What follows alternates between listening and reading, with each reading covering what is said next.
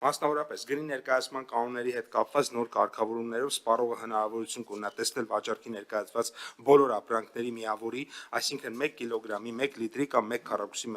քառակուսի գինը, օրինակ եթե ապրանքը վաճառվում է մեծ ծավալով կամ փաթեթով, ապա սպառողը հնարավորություն է ունենում հասկանալ, թե ավելի շահավետ է ձեռք բերել այդ մեծ փաթեթը, թե նույն ապրանքը ավելի փոքր ծավալով։ Անարդար առևտրային գործելակերպի հետ կապված նոր կարգավորումներով լրացվել են սպառողների հիմնական իրավունքները եւ նախատեսվել են դրանց խախտման դրսեւորումները, մասնավորապես արգելվում է տեղեկատվության տրամադրման մասով սպառողի նկատմամբ ցանկացած մոլորեցնող գործողություն, օրինակ էլեկտրոնային առևտրային հարթակում կեղծ քանակի դիտումներ կամ կեղծ վարկանիշ ներկայացնելը, ամրագրվել է սպառողի իրավունքների պաշտպանության շրջանակում հիմնարար նշանակություն ունեցող սպառողի ազատ ընտրության իրավունքը, սահմանվել են մի շարք հիմնարար նշանակություն ունեցող հասկացություններ, նախատեսվել է սպառողի դեմ տնտեսվարող սուբյեկտների անարդար առևտրային գործելակերպի վերաբերյալ ամբողջական կարգավորումներ, ներառյալ անարդար առևտրային գործելակերպից սպառողների պաշտպանության մեխանիզմները։ Հատկանշական է, որ սահմանվել է ապրանքի ընտրության շրջանակում սպառողի նկատմամբ ցանկացած բնույթի ճնշում կամ ագրեսիվ վարքագծի արգելք, օրինակ սպառողի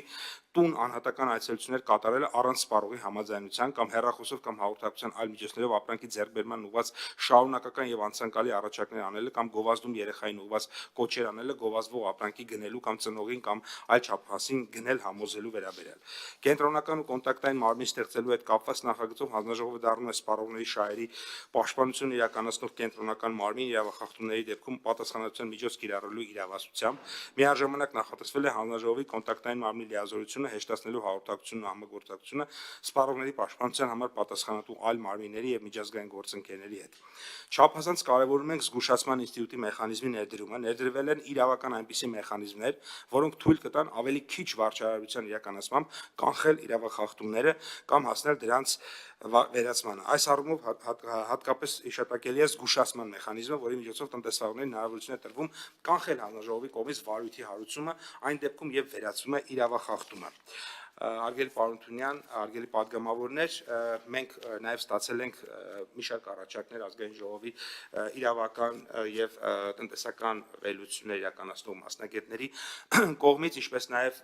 ես մեկ հանդիպում եմ ունեցել տնտեսվարողների հետ, որոնք մանրածախ առևտրով են զբաղվում, մասնավորապես զեղչերի մասով, եւ ուզում եմ նշել, որ առաջինից երկրորդ ընթերցում հատվածում միանշանակ ունենալու ենք փոփոխություններ, պարզապես այս փուլում սպասում ենք մեր վերջնական հանդիպմանը, որը ամսի 12-ին է լինելու, այսինքն այդտեղ ամփոփելու ենք բոլոր առաջարկները մասնավոր սեկտորի, կքննարկենք հանձնաժողովի հետ եւ կքննարկենք իհարկե գլխադասային հանձնաժողովի հետ եւ մրցակցության եւ գլխադասային տնտեսական հանձնաժողովի հետ եւ այստեղ առաջինից երկրորդ ընթերցում փոփոխություններ կանենք։ Ես կարող եմ օրինակ մի քանի այսպես ասած դեռևս վիճարկվող հարցերի վերաբերյալ բարձրաձայնել եւ եթե իհարկե կարիք կլինի հանձնաժողովը կարող է լսել նաեւ տնտեսական մրցակցության պաշտպանության հանձնաժողովի կարծիքը, օրինակ մենք ունենք այսպիսի դրվագ, որտեղ ասվում է, որ եթե վիրավորանք կամ զրպարտություն կա, հանձնաժողովը կարող է չքննարկել։ Ես կարծում եմ, որ վիրավորանքի դեպքում հանձնաժողովը չպետք է քննարկի, բայց օրինակ զրպարտությունը ես համաձայն եմ ազգային ժողովի փորձագետների հետ, դա մի բան է, որը պետք է դատարանը որոշի, որտեղ զրպարտությունը դա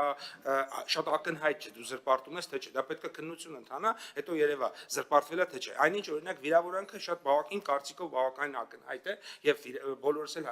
իհարկե գնահատողական դաշտում է, բայց այնուամենայնիվ ես կարծում եմ, որ վիրավորանքը շատ ավելի ակնհայտ է եւ ակնհայտ վիրավորական արտահայտություններ պարունակող պետական իշխանության մասնավոր սեկտորի այլ անձանց վերաբերյալ ակնհայտ վիրավորական արտահայտություններ պարունակող ուրեմն որոշումները իմ կարծիքով կարող են եւ չքննարկվել եւ այստեղ ես մեծ հաշվով օրինակ խնդիր ուրեմն չեմ տեսնում։